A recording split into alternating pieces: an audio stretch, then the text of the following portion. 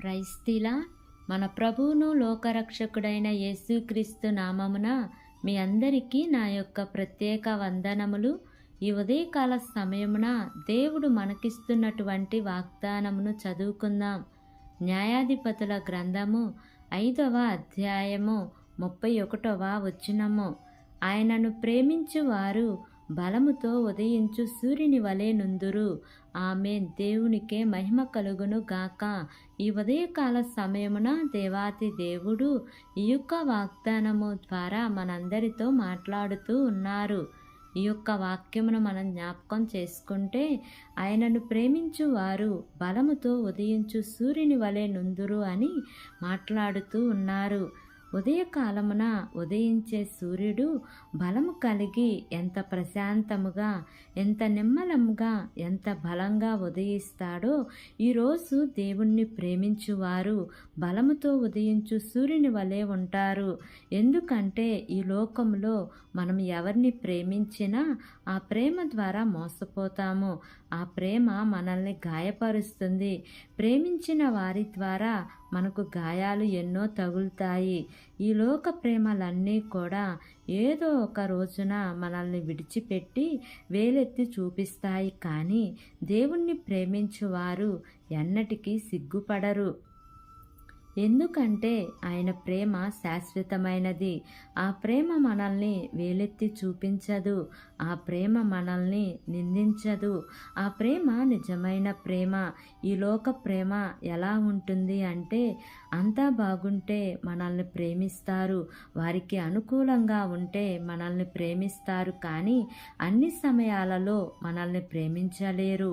మన దేవుడు మనల్ని అన్ని సమయాలలో ప్రేమించేవాడు. కాబట్టి ఈ ఉదయకాల సమయమున ఈ యొక్క వాక్యము వింటున్న ప్రియ సహోదరి సహోదరుడా, ఈ లోకంలో నువ్వు ఎవరిని ఎక్కువగా ప్రేమిస్తావో అంతకంటే ముందు దేవుణ్ణి ఎక్కువగా ప్రేమించు. మరి దేవునిని ప్రేమించేవారు ఎలా ఉంటారు అని దేవుడు చెప్తూ ఉన్నారు అంటే, బలముతో ఉదయించు సూర్యుని వలె నుందురు అని దేవుడు చెప్తూ ఉన్నారు. కాబట్టి ఈ వాగ్దానమును నమ్మి ఈ వాగ్దానం ప్రకారంగా జీవిద్దాం. దేవుడు ఈ వాగ్దానము మనందరి జీవితములలో నెరవేర్చబడును కాక. ఆమెన్. ప్రార్థన చేసుకుందాం. ప్రేమ కలిగిన యేసయ్యా, కృప కలిగిన దేవా, నీకు వందనాలు తండ్రి. నీకు స్తోత్రములు ప్రభువా. ఇంతవరకు నీ కృపలో మమ్మల్ని కాచి కాపాడిన విధానాన్ని బట్టి నీకు వందనాలు తండ్రి. ఈ ఉదయకాల సమయమున మీరు మాకు ఇచ్చినటువంటి ఇట్టి వాగ్దానాన్ని బట్టి నీకు వందనాలు ప్రభా. ఈ వాగ్దానం వింటున్న ప్రతి ఒక్క బిడ్డ జీవితంలో యేసయ్యా, ఈ వాగ్దానాన్ని నెరవేర్చమని మిమ్మల్ని వేడుకుంటున్నాను తండ్రి. అవును ప్రభా, ఈ లోకంలో మేము ఎవరిని ప్రేమించినా ఆ ప్రేమ ద్వారా మోసపోతూ ఉన్నాం తండ్రి. ఆ ప్రేమ మమ్మల్ని గాయపరుస్తుందయా. నీ ప్రేమ నిజమైన ప్రేమ యేసయ్యా. నీ ప్రేమ శాశ్వతమైనదయా. ఆ ప్రేమ మమ్మల్ని వేలెత్తి చూపించదు తండ్రి. అయా, నీ ప్రేమ మమ్మల్ని నిందించదు ప్రభా. నీ ప్రేమ నా తండ్రి ఎన్నటికీ కూడా మమ్మల్ని సిగ్గుపరచదు దేవా. అలాంటి ప్రేమను నా తండ్రి ప్రతి ఒక్క బిడ్డ పొందుకుంటానికి సహాయం చేయమని అడుగుచున్నాను దేవా. నీకు స్తోత్రములు దేవా. అయా, ఈ వాక్యము వింటున్న ప్రతి ఒక్క బిడ్డ జీవితంలో యేసయ్యా, ఈ వాగ్దానాన్ని నెరవేర్చండి దేవా. నీకు స్తోత్రములు ప్రభా. బలహీనంగా ఉన్న బిడ్డలను జ్ఞాపకం చేసుకోండి అయ్యా. మీరే వారికి మంచి ఆరోగ్యమును అనుగ్రహించండి దేవా. చదువుకుంటున్న బిడ్డలను జ్ఞాపకం చేసుకోండియా. ఉద్యోగాల కోసం ఎదురు చూస్తున్న బిడ్డలను జ్ఞాపకం చేసుకోండియా. వారి యొక్క చదువుకు తగినట్లుగా వారి ఉద్యోగము పొందుకుంటానికి కృప చూపించండి తండ్రి. గర్భవతులుగా ఉన్న బిడ్డలను జ్ఞాపకం చేసుకోండియా. సుఖమైన ప్రసవాన్ని మీరు వారికి అనుగ్రహించండి ప్రభువా. గర్భఫలాల కోసం ఎదురు చూస్తున్న బిడ్డలను జ్ఞాపకం చేసుకోండియా. వారి యొక్క గర్భద్వారాలు మీరు తెరవండి యేసయ్యా. ప్రసవించిన తల్లి బిడ్డలను జ్ఞాపకం చేసుకోండియా.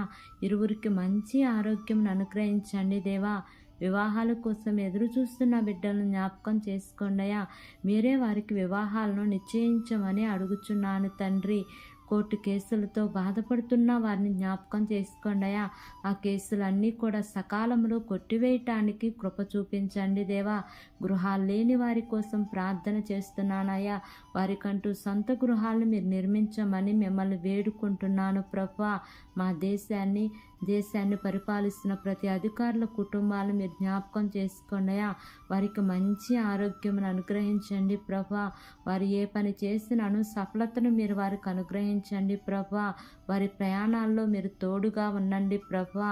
ఈ దినము నూతనంగా ప్రారంభిస్తున్న ప్రతి కార్యక్రమంలో యేసయ్యా మీరు ముందుండి నడిపించమని, నా యొక్క ప్రార్థన ఆలకించి అంగీకరించమని నజరేయుడైన యేసు అతి పరిశుద్ధ నామమున అడిగి వేడుకొని పొంది ఉన్నాము తండ్రి.